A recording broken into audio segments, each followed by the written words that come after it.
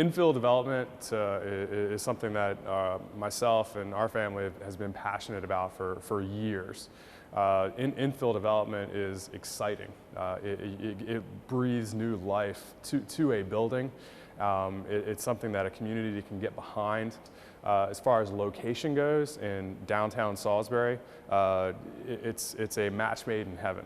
So we are in Mount Vernon in Baltimore. This is one of the historic and beautiful neighborhoods in the city. I think first and foremost, we really wanted to be that neighborhood cafe. And to the extent of even before we opened, before any of the construction was done, we brought together a roundtable of the community leaders from Mount Vernon Belvedere Association and simply just asked them, like, hey, what do you want from your neighborhood cafe? And much of the work that we do focuses on historical communities, much like the Brentwood community, by promoting infill redevelopment. It's part of the mission of the Redevelopment Authority to focus on historical, close-in neighborhoods. And this is one of those neighborhoods. We're literally 5 minutes from the District of Columbia border. Today, Hagerstown is it's like a small city with big city characteristics.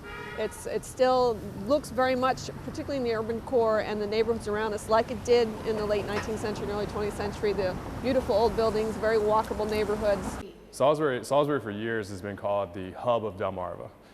In my opinion, and many others like me, this is actually the capital of the Eastern Shore. So this is where our medical care is, our healthcare system, our educational system, and also a major hub of retail and employment. What other better place could you have to invest your time and money into? We bought the Hyattsville hardware store back in 1990 because I fell in love with the building, even though it was on a decrepit part of Route 1. And we turned it into a little general store in the front and a 40-seat deli in the back. We have a 3,500 square foot general store, which we've expanded over the years, that has cards, gifts, candy, wine, beer, toys, just about anything you could name in a small format. And then we have the 200-seat brew pub restaurant. Well, along the Route 1 corridor, which we're in right now, the Redevelopment Authority has done an appreciable amount of work. In fact, we have 5 active projects right now in the Route 1 corridor. For the last 10 to 15 years or so, our community's been working hard to revitalize the downtown through an arts, education, entertainment, and culture focus. And we developed an arts and entertainment district plan and got that designation from the state. One of the first years that the program came out. We've had a lot of great efforts with public sector partners doing catalytic things in our downtown, but we were having a lot of trouble getting the private sector to come on board. And so the city created a really robust incentive program. So we've taken a garage and turned it into a place where people can assemble. So it was literally 4 walls and 2 garage doors. Salisbury has never really had that center focal point. And Headquarters Live has the ability to be that. So it's a place where we can congregate. It's a place where we can celebrate arts and culture. It's a place where we can have live entertainment. It's the most appropriate reuse of a 1920s firehouse that we could think of. There are also a lot of great studies of young professionals moving to this town. And candidly, you know, we love to hear when guys come into the neighborhood and they're like, oh my gosh, I just moved around the corner and I really knew I wanted to live here when I stopped by your shop and had this killer brunch on a weekend. And these same conversations happening all around town with people in their favorite spots.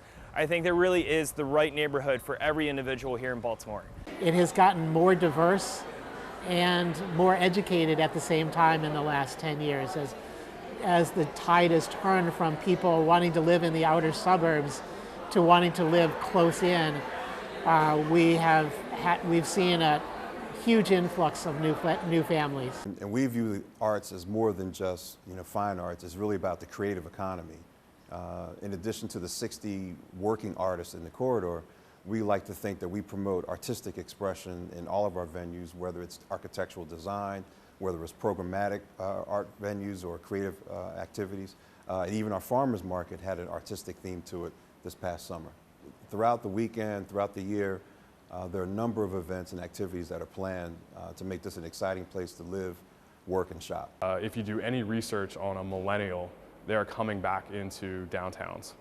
And it's our parents that left for the suburbs, but it was our grandparents that stayed in downtown, and they did all of their business and all of their socialization downtown. That's coming back, and I would ask that downtown Salisbury be a part of that millennial generation screaming for a downtown. We definitely have partnered with the state many times over the years through the Community Legacy Program and in working with the University of Maryland project. And the state's been a great partner with us, and the Reinvest Maryland initiative is definitely reinforces all that we've been trying to do and that we've. The state definitely has a role to play, and in fact, the development that we've seen on the corridor and the development that's coming up in the next year would not have happened without the assistance of the state. I think whenever there can be an open discussion between the neighborhoods and the public sector, and that the goals kind of align, and that the money is going in the right places where the community actually wants it, I think you see really great things happening. When we built the big addition, it was very difficult to get any bankers to lend money to our part of Route 1. So the state was, without the state, this would not have happened.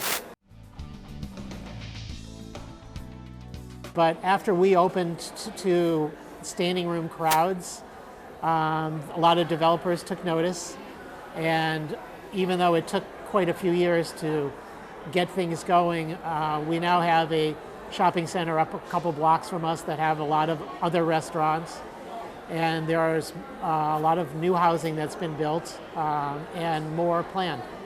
And a lot of times they ask me like, hey Phil, where do you think the next hot neighborhood's going to be? And I love that question because I think it could honestly be anywhere. And you see a lot of exciting things happening in the Station North district or Remington even. But even so, like, I love the Howard Street district where Bromar Arts is and Seton Hill. It's just we're waiting for those industries to say like, hey, this is where we're going to take claim, whether that's the theater and arts or it's going to be tech. Downtown, in my opinion, is on the verge of a renaissance. And it has so much youth behind it, and it has so much energy behind it that we're nearing the point to where I don't think it can be stopped.